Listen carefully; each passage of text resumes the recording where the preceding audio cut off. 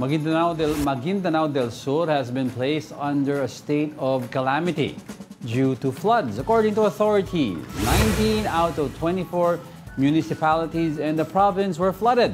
Nearly 75,000 families were affected, while one casualty was reported. Some residents are still at evacuation centers as they await for the flood to subside. Pero grabe yung tawag dito. Una muna yung sa Cavite, di ba? Kasi ano to back to two calamities Oo. Yes. Yung fire dyan sa Cavite, until now, hindi pa rin nila alam kung magkano yung damage ng pero ang whole property. 1,000 families ba?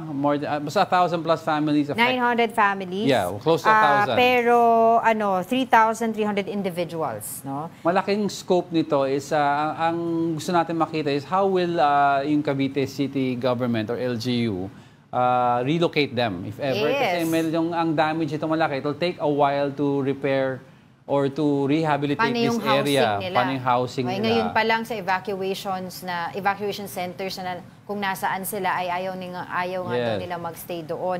Although yun nga, ang siguro makikita mo na lang maganda dito ay wala naman casualty. Pero wala pa silang nalalaman, final confirmation kung ano yung cause ng fire. Sa Maguindanao naman, ito, they're under also a state of calamity dahil sa mga floods na nangyayari dyan. Totoo. Ang tawag dito, parang 40% of the town is affected ng baha na ito. At saka sabi nga nila, hindi pa nga daw nakaka-recover yung mga kababayan natin dyan from the El Nino phenomenon. Ngayon naman, sumobra ng tubig, no? Bahang-baha. So, nakakalungkot, may casualty, and ang dami nilang mga pangangailangan dyan, of course. Some points daw in the city kasi are submerged in water. So, nagkakaroon ng problem with transportation. Yes. Kasi hindi makadaan yung ibang light vehicles. Although yung mga heavy vehicles naman like buses and trucks, nakakadaan pa naman daw. Pero yung transportation, like yung mga tricycle, which most of the residents take to and from work, hindi makadaan. Nahirapan sila. Tapos, tama ka dyan, Diego, kasi aside from that, yung ibang mga areas na medyo nagsasubside na yung mga flood water, ang problema naman nila, yung mga putik, ang kapal ng putik. So, ganun din, hindi rin sila makadaan. Diba? So, it's really hard for them. Yung iba daw, actually, sa kalsada pa, may mga nabasa akong report, sa kalsada pa sila natutulog. Yes, yung mga gamit nila nasa kalsada. So, hindi biro itong kalagayan ng sa Maguindanao. Sana mas marami po yung makatulong doon. I think both in Cavite and Maguindanao, may mga donation drive naman dyan.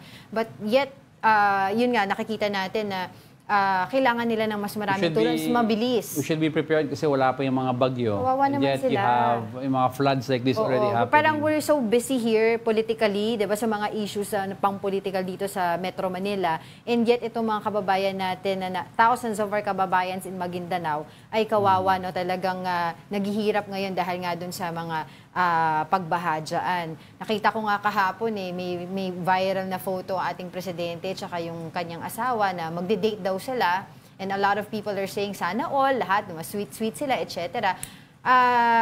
Sabi nga natin, while itong presidente natin nakipag-date, ito, yung mga kababayan natin sa Maguindanao ay nahihirapan. Yun lang ang ano natin. Tapos, ang tawag dito, tignan natin kung ano ang gagawin pa by SONA. Diba? Ayan ang isa pa nating babantayan. Para kang tatakbo sa eleksyon. Hindi, kasi naialala ko kahit kagabi na talagang tinitignan ko yung mga reports and videos about it. Talagang naawa po ako dun sa ating mga kababayan.